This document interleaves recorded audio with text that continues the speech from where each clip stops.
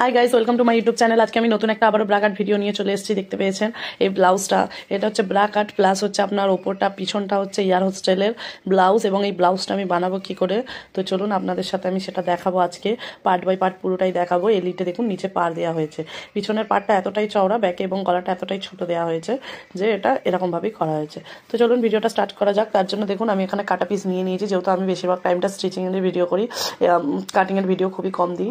তো এখানে আমার যেহেতু মালটা কাটিং করা অলরেডি, আমার মালটা কাটিং করা হয়ে গেছে। এবং এখানে আমি কিছু নিয়ে নিয়েছি, এলিট পার্ট আছে, পান পার্ট আছে, এস পার্ট আছে, প্লাস টেকিং পার্ট আছে। প্রত্যেকটা পার্টই এখানে রয়েছে। তো আগে আমাকে যেটা করতে হবে সেটা হচ্ছে যে টেকিং পার্টটা আছে, টেকিং পার্টটা আমি প্রথমে সেলাই করে নেবো। তার জন্য আমি একটি লেয়ার যেটা আছে সেই লেয়ারটা আমাকে ঠিক রাখতে হবে, এবং আমি এই লেয়ার অনুযায়ী সেই পার্টটা সেলাই দিয়ে দিলাম। তো যাই হোক, আমি পার্টটা সেলাই দিই, পার্টের ওপর পার্ট সেলাই দিতে থাকি এবং লাইলেনটাকে আমি জয়েন করে নিই। দেখুন বন্ধুরা, আমার লাইলেনটা জয়েন করা কমপ্লিট। এই যে পান পার্টের ওপরে কিন্তু টেকিং পার্টের যে ছোটো পার্টটা, সেই পার্টটা কিন্তু আমি বসিয়েই সেলাইটা দিচ্ছি। যেহেতু আপনার পান পার্টের সাথে কিন্তু টেকিং পার্টের ছোটো সাইডটা সেলাই জয়েন্ট হবে, এবং পিছন সাইডটা পান পার্টের যে কোণের দিকটা, সেই দিকটা টেকিং পার্টের বড় পার্টটা হবে। সেমভাবে আমার যে আরেকটা পার্ট আছে, সেই সেমভাবে সেম প্রসেসে আমি আরেকটা পার্টও সেলাই দিয়ে নেবো। তো চলুন আমি এটাকে সেলাই দিয়ে নিচ্ছি। এবং সেলাই দেওয়ার সময় খেয়াল রাখবেন দুটো পার্ট যেন সেম বরাবর হয়, একটা ছোটো বড় যেন না হয়। ছোটো বড় হলে কিন্তু মাপে গন্ডগোল হয়ে যাবে। আমি এখন ডবল সেলাই দিয়ে নিচ্ছি, কারণ ডবল সেলাইটা দেওয়া খুবই জরুরি। ডবল সেলাই না দিলে সেলাইটা খুলে যাওয়ার সম্ভাবনা বেশি থাকে, তাই জন্য ডবল সেলাইটা দিয়ে নিতে হবে। তো যাই হোক, আমার অলরেডি এটা সেলাই দেওয়া কমপ্লিট হয়ে গেছে। এবার আমাকে যেটা করতে হবে, টেকিং পার্ট, এই যে টেকিং পার্টের মেন যে টেকিংটা, সেই টেকিংটা আমাকে দিতে হবে। টেকিংটা দেওয়ার জন্য দেখুন এখানে আমি কাপড়টা সেম বরাবর করে নিয়েছি, নিয়ে এখানে আমার টেকিংয়ের মার্জিন করা আছে 1 ইঞ্চির, প্রায় 1 ইঞ্চির মতন। তো আমি সেই মার্জিনের টাক দেখুন যেখানে দেওয়া আছে, সেখান থেকে আমি ঠিক ওপরে টেকিংটাকে টেনে নিয়ে গেলাম। সেম প্রসেসে আমি এইটারও ঠিক সেমভাবেই আমি টেকিংটা দিয়ে নেবো।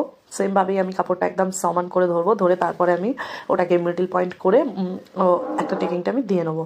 তো দেখুন আমার টেকিংটা দেওয়া কিন্তু হয়ে গেছে। এবার আমি দেখবো যে বেস্টের ক্যাপটা কীরকম উঠেছে, একবার আমি সেটা দেখে নেবো। খুব সুন্দর উঠেছে বেস্টের ক্যাপটা, যেরকম প্রয়োজন সেরকমভাবেই ক্যাপটা কিন্তু উঠেছে। এরপর আমি এতে এসপার্ট বসাবো। তো একদিকে আমি এসপার্ট এখানে দিয়ে দিয়েছি, আর একদিকে এই একটা এসপার্ট বসিয়েছি। তো আমি একটার সাথে একটা এসপার্ট, যেহেতু আমাকে আগে সেলাই করে নিতে হবে, এর জন্য দেখুন আমি এসপার্টের সাথে যে পান পার্টটা যেটা আছে, সেই পার্টটা আমি সেলাই ধরে একসাথে ধরে সেলাই দিয়ে নিচ্ছি। তো যাই হোক, আমি যখন সেলাই দেবো তখন এই ধারের দিকটা আমাকে খেয়াল রাখতে হবে, যাতে এই দিকটা কোনো রকম প্রবলেম না হয়। কারণ এই দিকটা যদি কোনটা যদি বেরিয়ে যায় বা ছোটো বড়ো হয়ে যায়, তখন কিন্তু আবার সমস্যা দাঁড়াবে, মাপটাই গন্ডগোল হতে পারে বা ছোটো বড়ো হতে পারে। দেখুন আমার এদিকের এসপার্টটা সেলাই দেওয়া হয়ে গেছে, এসপার্টের সাথে পান পার্ট জয়েন্ট করে নিয়েছি। ঠিক সেম প্রসেসে আমি এই দিকের পার্টটাকেও কিন্তু জয়েন্ট করে নেবো। জয়েন্ট করে নিয়েছি এবং এলিট পার্টটাও এর সাথে আমি জয়েন্ট করে নিয়েছি, দেখতেই পাচ্ছেন আপনারা। এলিটটাও আমি জয়েন করে নিয়েছি। এলিট পার্টটা দেখেছেন নিচে ধরে আমি নিচের সাথে ওটাকে জয়েন করে নিয়েছি এস পার্ট এবং পান পার্টের সাথে।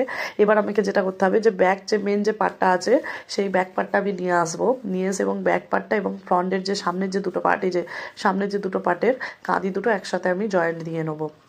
তো আগে আমি ব্যাক পার্টটা নিয়ে আসি, নিয়ে এসে তারপর আমি দুটো কাঁধি একসাথে, এই যে শোল্ডারটা আছে, এই ব্যাক পার্টের ফ্রন্ট পার্টের মানে সোজা পার্ট এবং ব্যাক পার্টের সোজা পার্টের সাথে মিলিয়ে আমি এবারে সেলাই দেবো। যতটা শোল্ডারটা আমাকে জয়েন্ট করে নিতে হবে আগে, তারপরে আমি বাকি কাজগুলো করবো। গলা করা, এই করা, নানা ধরনের কাজ থাকে। তো যাই হোক, সেই কাজগুলো আমি পরে করব।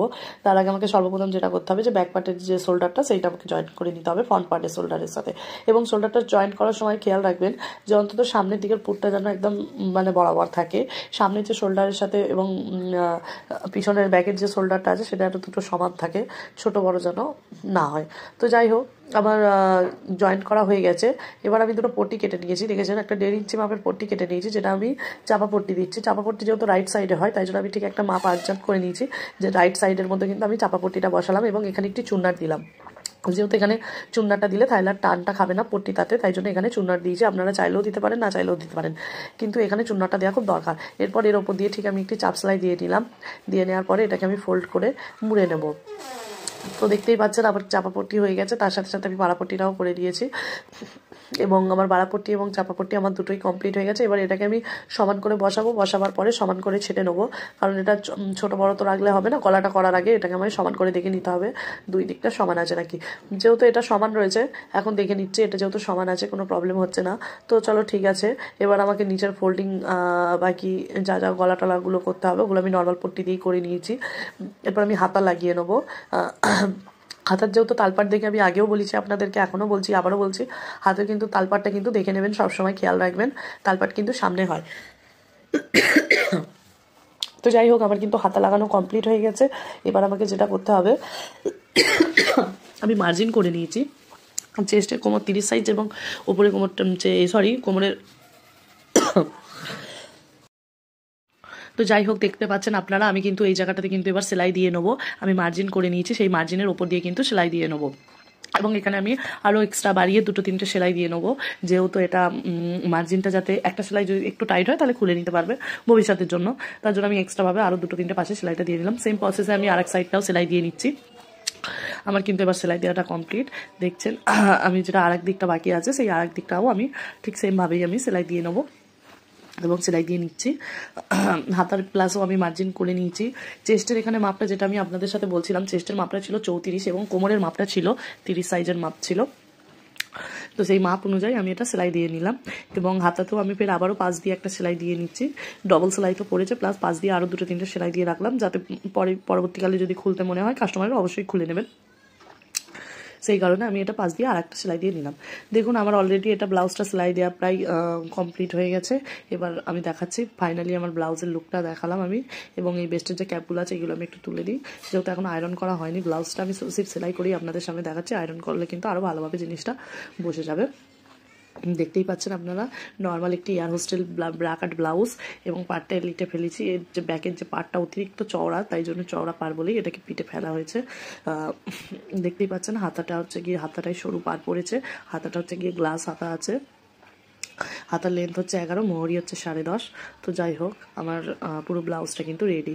এরকম নিত্য নতুন ভিডিও যদি আপনারা আরও বেশি পেতে চান, তাহলে অবশ্যই আমার চ্যানেলটাকে সাবস্ক্রাইব করে দিন এবং প্লিজ কমেন্ট করে জানাবেন। আপনাদের যদি বুঝতে কোথাও অসুবিধা হয় অবশ্যই আমি জানাবো, এবং আমাকে কমেন্ট করে জানাবেন ভিডিওটা কেমন লাগলো, আর ভিডিওটা শেয়ার করে দেবেন।